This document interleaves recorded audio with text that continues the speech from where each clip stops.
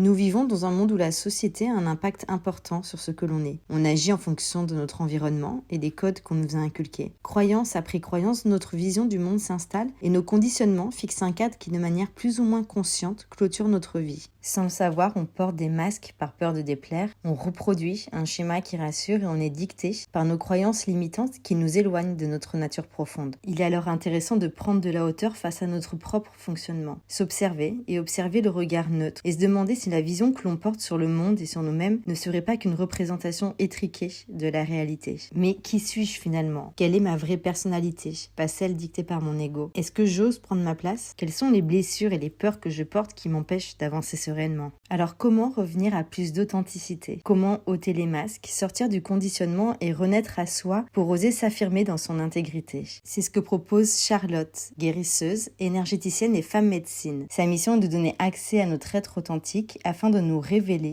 et de retrouver notre liberté.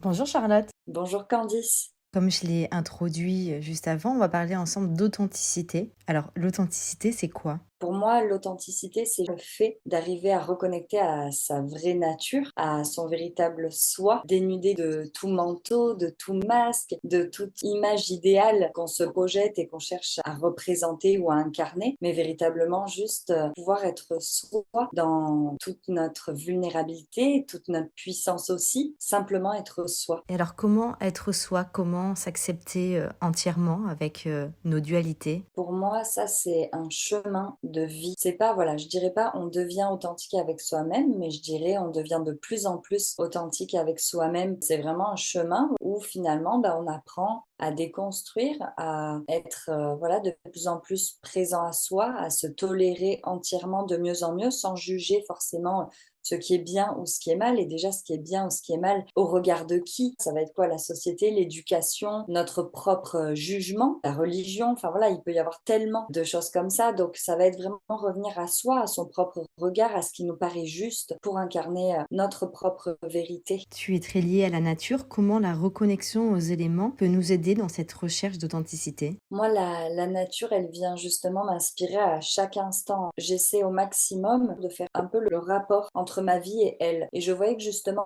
par exemple, plus j'essayais de contrôler, plus j'essayais de maintenir un état statique sans vouloir qu'il évolue, plus je voyais finalement que ça devenait difficile pour moi d'avancer sereinement. En fait, ce que la nature, elle vient nous enseigner surtout, c'est l'impermanence. Cette impermanence-là, elle vient nous apprendre le lâcher-prise. Et quand on est dans ce lâcher-prise-là, justement, on est prêt à accueillir, on est prêt à se laisser traverser par différents états, comme la nature, différentes saisons, qui justement ont toutes le mérite d'exister pour une bonne raison. C'est-à-dire que finalement, même dans notre vie, on va voir passer des situations, des émotions qui vont être plus ou moins agréables à vivre, à ressentir, des événements qui seront plus brutaux et même difficiles. Mais finalement, chaque chose, chaque passage, chaque message, chaque émotion va venir vraiment nous apprendre quelque chose. Et c'est vraiment ça que la nature m'a enseigné et m'enseigne tous les jours. Comme tu viens de l'indiquer, la vie est faite de cycles. On passe tous par des moments d'inconfort de vie qu'on a souvent du mal à accepter parce qu'ils viennent nous déranger, mais qui au final laissent place à une grande transformation et à d'importantes prises de conscience. Qu'est-ce que tu peux nous dire à ce sujet? Ah oui, complètement, ça je le vois justement dans les accompagnements ou les soins que je fais. En gros, quand on arrive à cet état de néant, c'est souvent à ce moment-là que tout est à créer. Sauf que les gens retardent, se battent contre cet état de néant, surtout ne pas être face au vide, parce que du coup, qui je suis? Si je ne suis rien, si je ne suis plus rien. La réponse, elle est toute vue et elle est toute simple. Justement, c'est dans le rien que je deviens tout. C'est là où je peux créer ma réalité. C'est là où je peux justement laisser jaillir qui je suis pleinement. Enfin, au-delà des manteaux, au-delà des masques, au-delà des images idéales. Et c'est là que justement la réalité, la vérité de la personne peut jaillir et se laisser illuminer. La prise de conscience est donc le début de cette recherche d'authenticité. Non, mais bien sûr, ça c'est évident. La première démarche, le premier pas, ça va être la prise de conscience. Elle pourra venir de plein de choses différentes, un divorce, la mort d'un proche, une séparation amoureuse ou bien une révélation. Il n'y a pas forcément besoin d'avoir un gros impact dans la vie, mais c'est vrai que souvent l'éveil spirituel vient au moment où on a un choc, où on a un moment où on peut plus avancer de la même façon. On voit bien qu'on est bloqué, on est arrivé au bout d'une impasse. Donc là, le plus souvent, c'est de cette manière-là, mais c'est pas toujours le cas. Ça peut être aussi justement un appel de mettre plus de sens dans sa vie, un appel de quelque chose de plus grand. Moi, ça s'est passé comme ça a été du jour au lendemain un appel. Quelque chose qui est venu, qui a pris sa place tout doucement et qui s'est chuchoté et qui s'est développé au gré des saisons. Qu'est-ce que ça apporte, le fait d'être authentique avec soi et dans nos relations avec les autres? Alors déjà, le fait de pouvoir être authentique avec soi, ça va être justement une opportunité d'arrêter de se mentir, hein. Déjà, premièrement, c'est quand même pas mal. Et puis, ça va être aussi permettre de se montrer vrai avec les autres. C'est ce qu'on appelle aussi la médecine des relations, puisque c'est bien facile aussi d'être bien avec soi-même si on se met en mode ermite, qu'on voit personne, qu'on reste un peu dans notre grotte. Là, on peut facilement avoir l'impression d'avoir tout guéri, d'avoir tout compris et d'être arrivé à un niveau de compréhension parfait entre guillemets. Mais c'est là où la médecine des relations, c'est la plus puissante. C'est quand on vient se mettre en contact de l'autre, qu'on vient justement activer des blessures, les révéler, qu'on va pouvoir s'en apercevoir et puis du coup ensuite prendre les rênes de pouvoir prendre ce chemin de guérison, de libération pour venir libérer tout ça. C'est en étant en relation qu'on vient finalement voir nos plus grandes blessures. L'ego est tellement puissant qu'il peut nous faire croire qu'on est authentique avec soi. Comment savoir si on l'est vraiment ou pas? C'est vraiment hyper bonne question. Je pense que le fait de se sentir authentique avec soi-même, c'est juste de se sentir en paix. Parce qu'il y a toujours ce truc où attention à pas tomber dans la pression, hein. Maintenant, avec la spiritualité, on en voit un peu de toutes les couleurs, ce qui, moi, me plaît pas forcément. Faut revenir à un état de simplicité, c'est-à-dire ne pas non plus devenir sévère, devenir sec envers nous-mêmes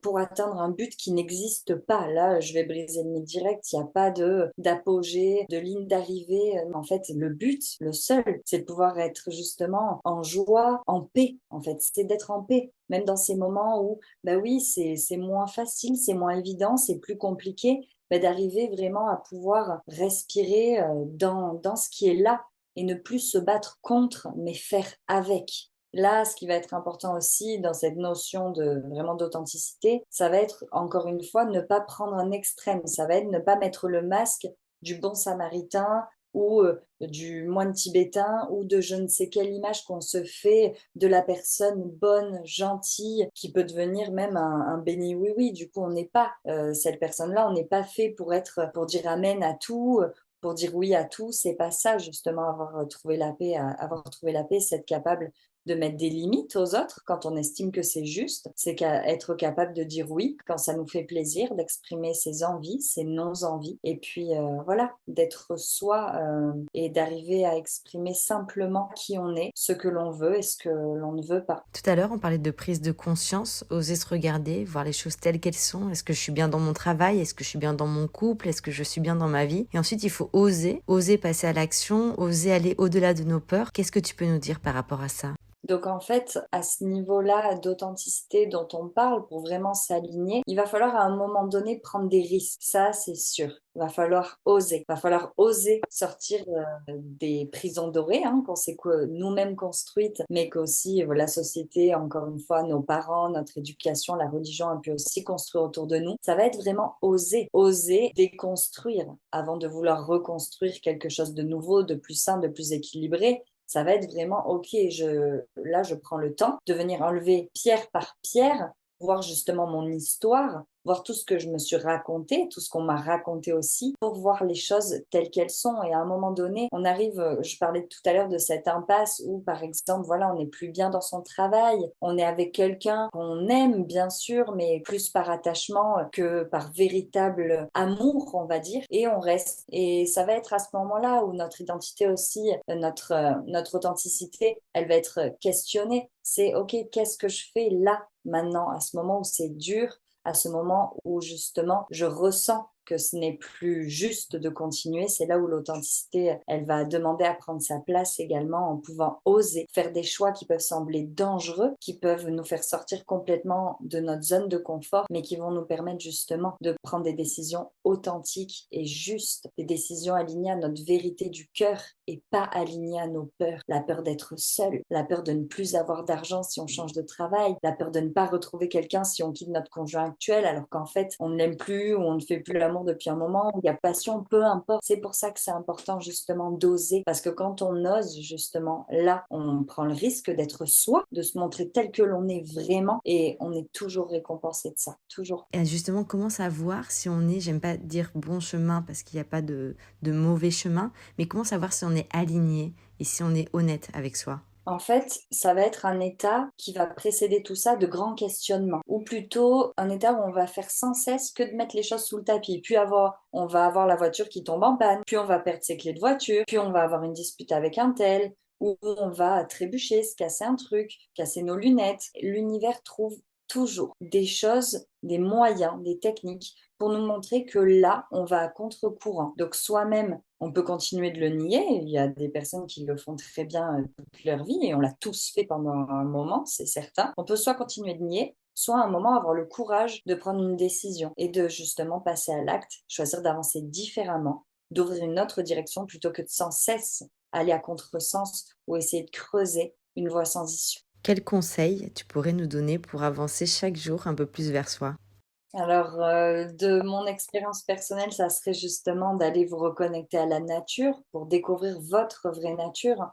Parce que c'est dans le silence de cette nature qui n'en est pas vraiment un, puisqu'il y a toujours des bruits d'oiseaux, le bruit du vent, le craquement des arbres. C'est là vraiment qu'on peut aussi prendre le temps de se retrouver, de pouvoir justement faire taire le bruit du monde pour pouvoir entendre ce qu'il y a de vrai dans notre cœur, au-delà des peurs. Ça, c'est vraiment un conseil que je donnerais. Osez aller en nature, osez faire taire tous les bruits parasites pour entendre enfin ce que votre cœur a à vous dire vraiment, ces envies profondes et authentiques. Donc, allez en nature pour faire fleurir votre vraie nature, pour pouvoir l'entendre, votre vraie nature.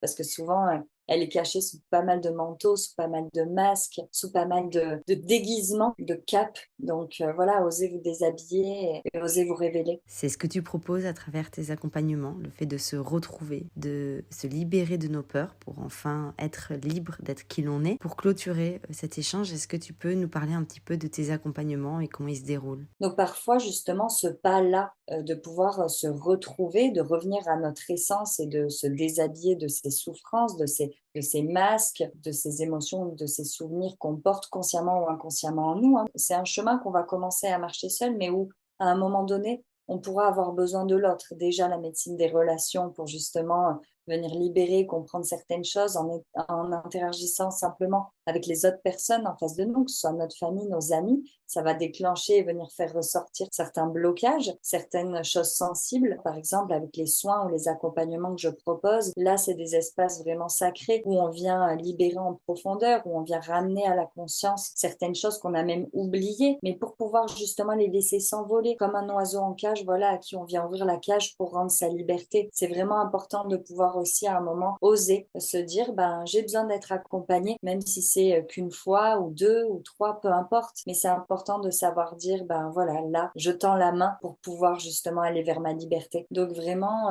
en tant que femme médecine et accompagnante des personnes qui ont justement envie de cheminer dans leur libération, mon lien et ma foi, elle est vraiment en la nature. C'est vraiment du coup comme ça, grâce aux 4 éléments que j'accompagne les gens, que ce soit par des soins, mais aussi des accompagnements individuels en one-to-one, ou bien également par des guidances quand je transmets les messages de l'âme. Je vais toujours chercher en fait à revenir à la vraie nature de la personne. Même dans les soins, le but c'est ça, c'est de ramener la personne à son essence. Donc ça va être par les soins chamaniques avec justement le tambour. C'est vraiment le retour à la terre et au terreau de la personne, vraiment apporter cette libération forte pour que la personne puisse justement suivre son chemin de liberté et d'authenticité et peut-être qu'elle ne l'a jamais connu jusqu'ici. Donc c'est des moments extrêmement forts, des moments de libération où on peut aller visiter mais énormément de choses, énormément de mémoires, que ce soit au niveau transgénérationnel, donc ce qui a été transmis par les ancêtres de la personne, ça peut être les grands-parents, les parents, les aïeux encore plus loin, mais aussi au niveau karmique, hein, donc les vies antérieures, tout ça, et aussi ce que la personne a vécu elle-même dans sa vie, bien sûr, au niveau